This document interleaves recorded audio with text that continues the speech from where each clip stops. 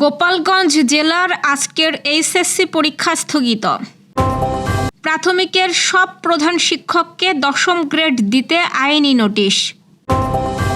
যশোরে বিভিন্ন আয়োজনে জুলাই শহীদ দিবস পালন। ঢাকার জাতীয় সমাবেশ সফল করতে যশোরে জামায়াতের মিছিল। যশোর নগর মহিলা দলের নারী সমাবেশ অনুষ্ঠিত।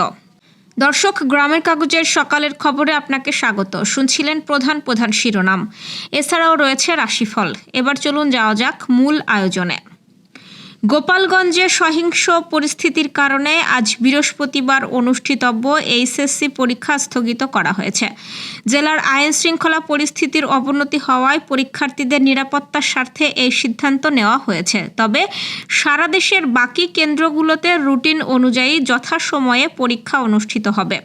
স্থগিত হওয়া বিষয়গুলো হলো ভূগোল তত্ত্বীয় দ্বিতীয় পত্র, উচ্চাঙ্গ সঙ্গীত দ্বিতীয় পত্র, আরবি দ্বিতীয় পত্র এবং পালি প্রথম পত্র। বুধবার রাতে মাধ্যমিক ও উচ্চ মাধ্যমিক শিক্ষা বোর্ডের পরীক্ষা নিয়ন্ত্রক অধ্যাপক এস.এম. কামাল উদ্দিন হায়দার বিষয়টি নিশ্চিত করেছেন।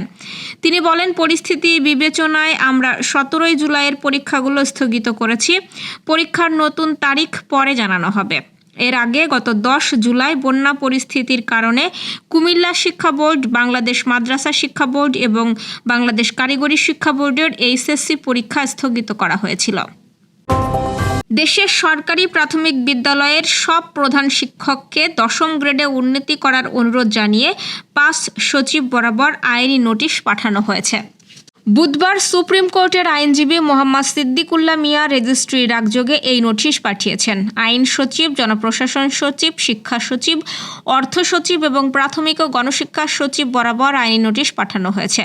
নোটিশে প্রধান শিক্ষকদের বিষয়ে 7 দিনের মধ্যে পদক্ষেপ নিতে অনুরোধ জানানো হয়েছে। তা না হলে বিষয়টি আদালতের নোটিশে আনা হবে বলে উল্লেখ করা হয়েছে।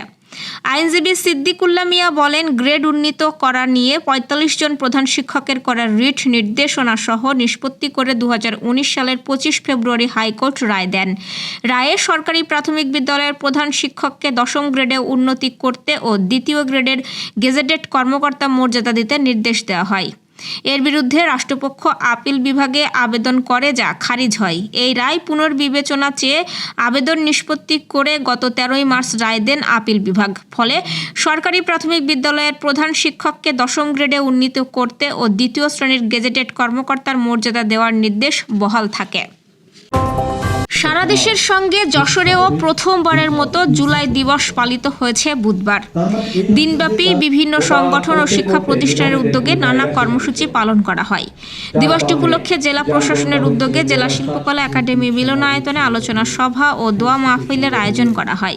জেলা প্রশাসক আজহারুল ইসলামের সভাপতিত্বে সভায় অন্যান্যের মধ্যে বক্তব্য দেন বিএনপি নির্বাহী কমিটির খুলনা বিভাগীয় সাংগঠনিক সম্পাদক অনিন্দ ইসলাম অমিত, অতিরিক্ত পুলিশ সুপার নূরে আলম সিদ্দিকী, জেলা জামায়াতের আমির অধ্যাপক গোলাম রসুল, লেখক গবেষক বেনজিন খান সহ শহীদ জাবেরের পিতা নাওশের আলী, শহীদ তহিদের পিতা আব্দুল জব্বার মোল্লা সহ অন্যরা। এদিকে শহীদ আবু সাইদ এবং ওয়াসিম আকরাম সহ সকল শহীদদের স্মরণে বুধবার বিকেলে যশোর দরটানা ভৈরব চত্বরে জেলা ছাত্রদলের উদ্যোগে স্মরণ সভা হয়। যশোর আঞ্জুমান আরা একাডেমি শহীদদের স্মরণে দোয়া মাহফিল শেষে বিদ্যালয় চত্বরে বৃক্ষরোপণ করে। যশোর হামিদপুর আলহেরা কলেজেও দিনটি উপলক্ষে আলোচনা ও দোয়া অনুষ্ঠিত হয়েছে। লেভেল প্লেয়িং ফিল্ড নিশ্চিতকরণ, জুলাই সহ সকল গণহত্যার বিচার, প্রয়োজনীয় মৌলিক সংস্কার, জুলাই সনদ ও ঘোষণাপত্র বাস্তবায়ন, জুলাই গণ অভ্যুত্থানের শহীদ ও আহতদের পরিবারের পুনর্বাসন, পিআর পদ্ধতিতে জাতীয় নির্বাচন, 1 কোটির বেশি প্রবাসীর ভোট প্রদানের ব্যবস্থার দাবিতে আগামী 19 জুলাই শনিবার ঢাকার ঐতিহাসিক সোহরাওয়ার্দী উদ্যানে বাংলাদেশ জামায়াতে ইসলামী ঘোষিত জাতীয় সমাবেশকে সফল করতে যশোর শহর জামায়াতের উদ্যোগে মিছিল অনুষ্ঠিত হয়েছে। বুধবার বিকেলে মিছিলটি ঈদগাহ মোড় থেকে শুরু হয়ে প্রধান সড়ক প্রদক্ষিণ করে। মিছিল পূর্ব সমাবেশে প্রধান অতিথির বক্তৃতা করেন জেলা জামায়াতের আমির অধ্যাপক গোলাম রসুল। একটি কল্যাণমুখী রাষ্ট্র গঠনের জন্য সবাইকে ঢাকার সমাবেশে যোগদানের আহ্বান জানান তিনি। সভাপতিত্ব করেন শহর জামায়াতের আমির অধ্যাপক শামসুজ্জামান। যশোর নগর মহিলা দলের নারী সমাবেশ অনুষ্ঠিত হয়েছে। বুধবার বিকেলে যশোর ঘোপ পিলু খান সড়কে নগর মহিলা দলের উদ্যোগে 3 নম্বর ওয়ার্ড শাখার নারী সমাবেশে প্রধান অতিথি ছিলেন বিএনপির ভাইস চেয়ারম্যান অধ্যাপক নার্গিস বেগম। রহিমা খাতুনের সভাপতিত্বে সমাবেশে আরও বক্তব্য রাখেন জেলা বিএনপির সাংগঠনিক সম্পাদক প্রকৌশলী রবিউল ইসলাম, নগর বিএনপির সিনিয়র সহ সভাপতি শামীম হোসেন বাদল, জেলা মহিলা দলের সাধারণ সম্পাদক বীর মুক্তিযোদ্ধা ফেরদৌসী বেগম, নগর মহিলা দলের সাধারণ সম্পাদক সাবিহা সুলতানা। প্রধান অতিথি বলেন, দেশবিরোধী অপশক্তিকে আর মাথাচাড়া দেওয়ার সুযোগ দেওয়া হবে না। যেখানেই দেশবিরোধী অপশক্তি সেখানেই প্রতিরোধ করতে হবে। দর্শক, এ পর্যায়ে জেনে নিব কেমন যাবে আপনার আজকের দিন অর্থাৎ 17 জুলাইয়ের রাশিফল। মেষ রাশির যারা আছেন বন্ধুবান্ধবের সঙ্গে পরেও সময় কাটাতে পারবেন, কিন্তু পড়াশোনার জন্য এই সময়টা একদম সঠিক।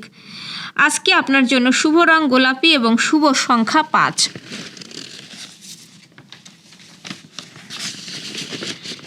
বৃষ রাশির যারা আছেন আজ আপনার বদ অভ্যাস আপনার উপর ব্যাপক প্রতিহিংসা ও প্রতিশোধ নেবে। কিছু বাড়তি পয়সা উপার্জনের জন্য আপনার উদ্ভাবনী চিন্তার ব্যবহার করুন। মিথুন রাশির জীবন সাথীকে বেশি বেশি ভালোবাসুন, পরিবারের প্রতি আরও দায়িত্বশীল হন। বয়স্ক মহিলাদের ক্ষেত্রে ব্রেস্ট ক্যান্সার বা টিউমার হওয়ার সম্ভাবনা আছে। কর্কট রাশি, আয় বুঝে ব্যয় করুন। হঠাৎ কোনো সুখবর আপনাকে পুলকিত করতে পারে। কর্মক্ষেত্রে কিছু জরুরি কথা পরিবারের সঙ্গে শেয়ার করার উপযুক্ত সময় আজ। সিংহ রাশির জাতকরা যার অস্তিত্ব আছে সেই দিকে আপনার চিন্তা এবং উদ্যম চালনা করুন। শুধু চিন্তা করে গেলে কোনো লাভ নেই। আপনার সমস্যা হলো আপনি যথেষ্ট চেষ্টা করেন না, কেবল সেই সম্পর্কে ধারণা পোষণ করেন। কন্যা রাশি, নিজের মানসিকতার উন্নতি সাধনে মনোনিবেশ প্রয়োজন। যাদের বাতের সমস্যা রয়েছে তারা আরও অধিক সতর্ক হয়ে যান, কারণ সমস্যাটি বৃদ্ধির সম্ভাবনা রয়েছে।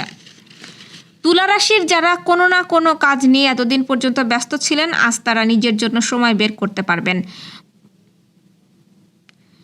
ব্যবসা বা সম্পত্তি ক্রয় বিক্রয় সংক্রান্ত বিষয়ে সতর্ক থাকুন। বৃশ্চিক রাশির মুগ্ধকর আচরণ অন্যের মনোযোগ আকর্ষণ করবে। আজ ঘনিষ্ঠ বন্ধুর সহায়তায় ব্যবসায়িকভাবে কিছু আর্থিক লাভের সম্ভাবনা রয়েছে। এই অর্থে আপনার অনেক ঝামেলা কাটিয়ে উঠতে পারেন। ধনুরাশি, দিনের পরের ভাগে আরাম করতে পারবেন, কিন্তু প্রথম ভাগে অধিক পরিশ্রম হবে এবং আপনার পরিবারের সদস্যদের সঙ্গে সময় কাটানো পছন্দ করবেন।